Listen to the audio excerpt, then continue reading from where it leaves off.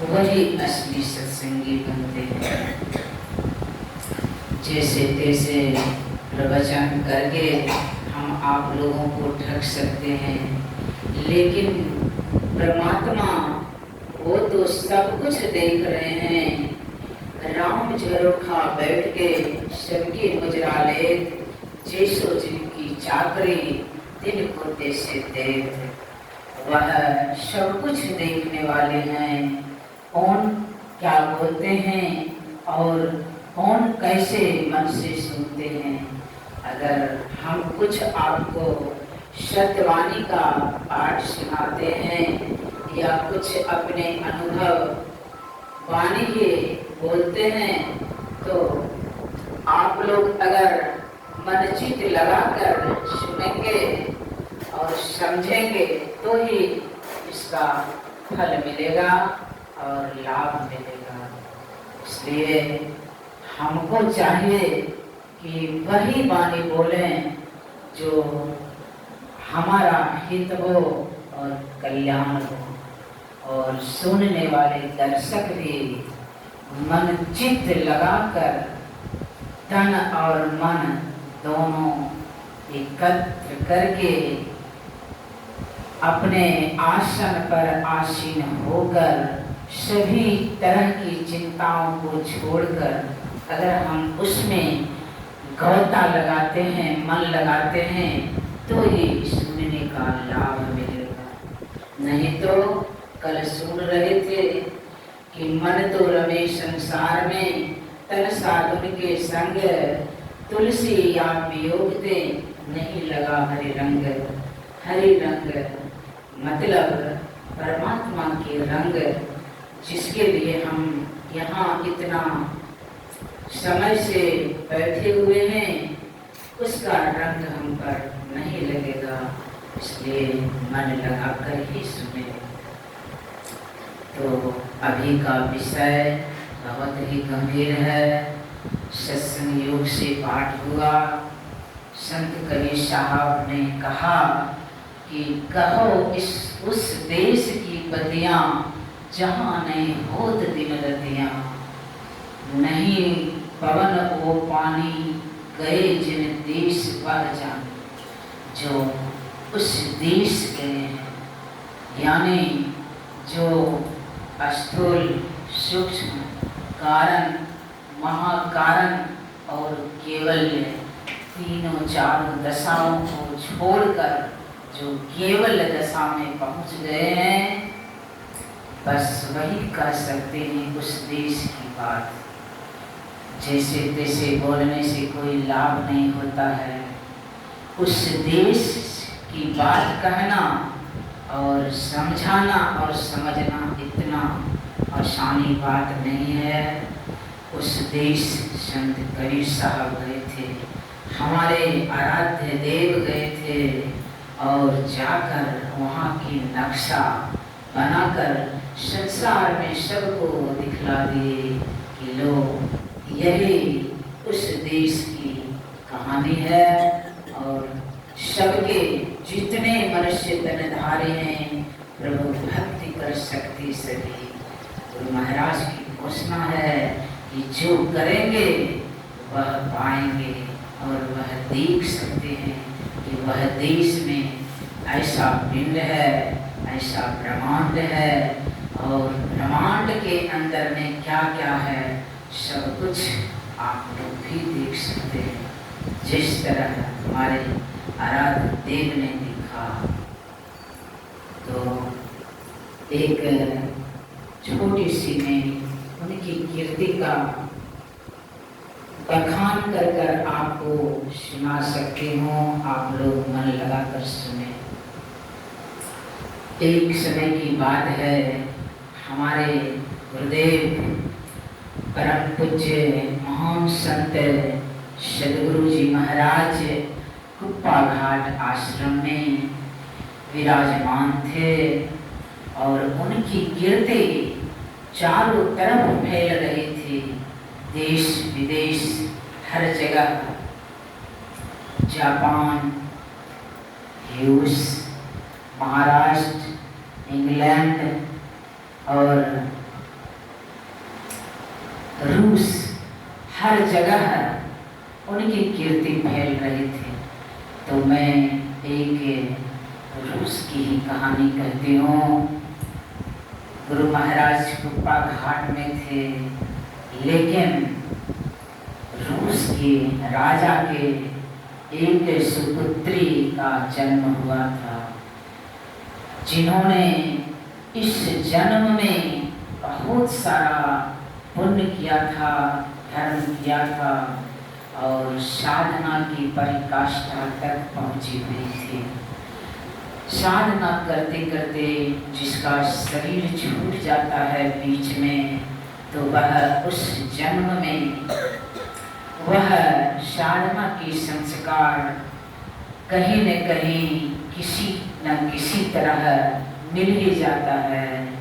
एक सूखी सलाई की तरह घिस देने से भड़क कर लग जाते हैं, उसी प्रकार संस्कार हमें पीछा करते करते उस जन्म में एक ठोकर लगने से संस्कार उदित हो जाता है। उसी तरह वो बच्ची, उस बच्ची का नाम नैना थी। नैना जब 5 साल के हुए तो किसी तरह अपने आराध्य देव के एक चित्र उसे प्राप्त हुआ, और जब उस चित्र को नैना ने देखा कि यही हमारे आराध्य देव थे, यही हमारे सब कुछ हैं, इन्हीं के स्मरण करते करते मैंने इसी तरह का चित्र पाया। अब देखिए नैना की कहानी क्या होती है। नैना उस चित्र को लेकर सारा दिन चित्र के सामने अपने प्रेम आंसुओं का धारा बहाती स्तुति प्रार्थना, तो उस जन्म का ही संस्कार था। वो अपने से स्तुति प्रार्थना चित्र के सामने करती, ध्यान उपासना करती, ध्यान में इतना मग्न हो जाती कि उसको कब भोर और कब दोपहर और कब संध्या रात्रि हो जाती, इसका उसे किसी प्रकार की भान नहीं लगता। देखिए संस्कार क्या चीज होता है। करते करते उस घर के सभी प्राणियों ने देखते देखते तंग हो गए और राजा के पास जाकर घर वाले ने शिकायत किए कि 5 साल की बच्ची ना खाती हैं और ना पीती हैं और ना सोती हैं, दिन रात एक चित्र लेकर ना जाने कौन सा बूढ़े बाबा चित्र में आते हैं, और वही चित्र को देखते देखते नैना सारा दिन सारा रात बिता देती हैं। राजा को जब इस बात का पता चला तो आकर राजा ने भी अपनी आंख से देखा। राजा ने कहा, नैना यह तुमने क्या कर रही हो? नैना ध्यान में मग्न थी। राजा ने बहुत सारे फटकार देते हुए उठाया और कहा कि नैना उठो, तुम किसकी ध्यान करती हो? किस चित्र का? ये कौन बूढ़े बाबा हैं? नैना कहती हैं, पिताजी यही तो मेरे आराध्य देव हैं, यही हमारे गुरुदेव हैं, मेरे परमात्मा हैं, मेरे गुरुदेव हैं, इन्हीं को मैं भजन और ध्यान करती हूँ। पिताजी अगर आप लोग भी इनका स्मरण करें और ध्यान सत्संग करेंगे तो आपका भी परम कल्याण हो जाएगा। नैना के पिताजी ने कहा कि नैना तुम पागल हो, तुम जल्दी इस चित्र को बाहर फेंक दो। इसी में तुम्हारी भलाई। नैना गिड़गिड़ाते हुए कहने लगी कि पिताजी, नहीं नहीं, ऐसा नहीं कीजिए पिताजी, मेरे आराध्य देव हैं, इनको फेंक कर मैं इनका तिरस्कार करना नहीं चाहती हूँ। पिताजी आप होश में हो जाएं, ऐसा गलती ना करें पिताजी। लेकिन जिनको कहते हैं परमात्मा कि जिनका संस्कार होता है उसी के पास धर्म भी ठहरता है, और धर्म की और रुचि बढ़ती है, सुनने में भी अच्छा लगता है, बैठने में भी अच्छा लगता है। लेकिन नैना के पिताजी के पास कोई तरह के संस्कार नहीं थे, क्योंकि थे भी तो वह तो राजा ठहरे। राजा का व्यक्ति तो जानते ही हैं, संसार की और विषय रहता है। इसलिए राजा ने कहा, तुम चित्र अगर नहीं फेंकती हो तो चित्र के साथ तुम भी घर से निकल जाओ, बाहर चली जाओ, मैं नहीं जानता कि तुम कहाँ जाओगी, तुम जल्दी बाहर निकल जाओ। नैना कहती है, पिताजी ऐसा गलती ना करें, मैं कहाँ जाऊंगी पिताजी, अभी छोटी हूँ, मेरे आराध्य देव को इतना तिरस्कार ना करें पिताजी, कृपया मेरी विनती सुनें। लेकिन राजा ने कहा, मैं कुछ नहीं सुनना चाहती, अगर तुम मेरा बात नहीं मानती तो इस चित्र के साथ तुम भी चले जाओ। नैना करती क्या है, अपने आराध्य देव की चित्र लेकर बाहर निकलती है और शहर से बाहर जाते हैं, रोती हैं, बिलखती हैं कि गुरुदेव मेरे साथ ऐसा क्यों होता है, गुरुदेव मैं कहाँ जाऊंगी, किस तरह रहूंगी और कैसे आपकी भक्ति करूंगी।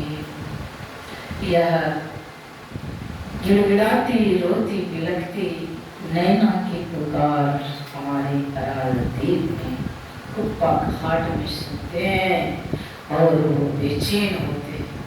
तुरंत ऐसा होता है कि एक गाड़ी हॉर्स नैना के पिताजी के घर जाते हैं और जाकर पुलिस ने कहती है कि राजा आपकी बच्ची कहाँ है, आपकी बच्ची कहाँ है, तुम आप जल्दी से जाकर बच्ची को कहाँ भेजते हैं। नैना के पिताजी डर से कहते हैं कि बच्ची घर में ही होगी। उस पुलिस ने कहा कि तुम जाकर जल्दी बच्ची को लाओ, अगर नहीं लाओगे तो मैं तुम्हें इसी वक्त अरेस्ट करता हूँ और मैं जेल में डाल दूंगा। बोलिए श्री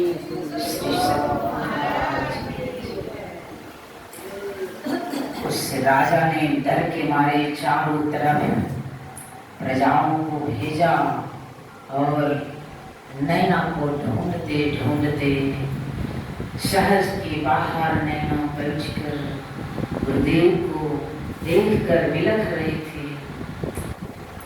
कोई जाकर नैना से कहते हैं कि बेटी तुम कहाँ जा रही हो, जल्दी घर वापस चलो, क्योंकि आपके घर में पुलिस आई हुई है, आपके पिताजी को अरेस्ट करके जेल में बंद कर देंगे, इसी वक्त तुम जल्दी घर वापस चलो बेटी। नैना को सुनकर पिताजी के तरफ उनकी दया आ गई और नैना फिर वापस घर आई। जब नैना घर वापस आती है तो ना कोई पुलिस है और ना कोई भीड़ भाड़ है, और होता है कि नैना के पिताजी अपने बेटी के सामने कर जोड़ कर खड़ा होकर कहते हैं कि बेटी, यह बूढ़े बाबा जो हैं बहुत ही चमत्कारी हैं। बोलिए श्री सद्गुरु। इनको अपने घर में, जहाँ घर के राजरानी रहती हैं, वहाँ पर इनको निवास स्थान में वास करो और हम लोग सब मिलकर इनकी भक्ति करेंगे। तुम बेटी जैसे जैसे कहोगे मैं उसी तरह करूँगा।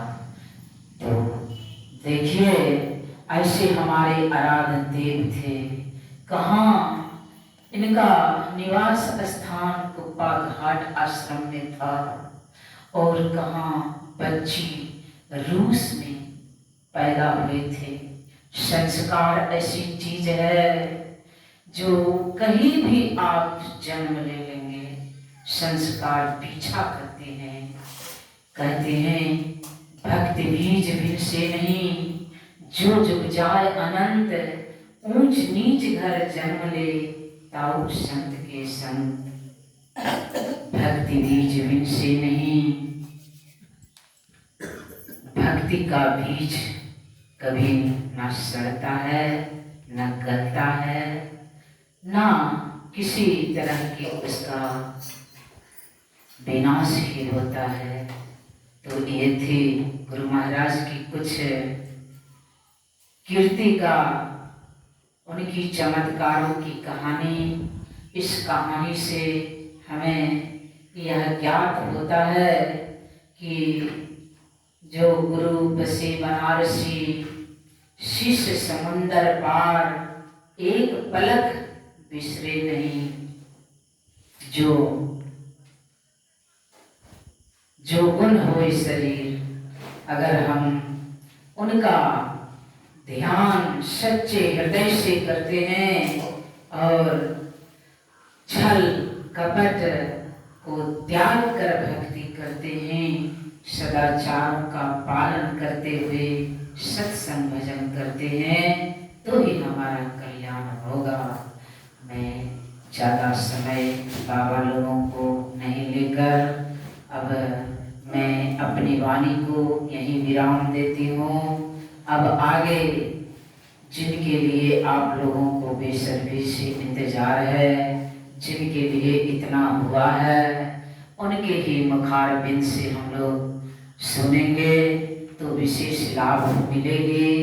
और विशेष शांति रूप से जिस तरह आप लोगों ने शांति पूर्वक बैठकर सुन रहे थे, उसी तरह शांति पूर्वक सुनेंगे तो अमृत का लाभ हम लोग मिलेगा और सारा बोर हो जाएंगे। बोलिए प्रेम से श्री सद्गुरु।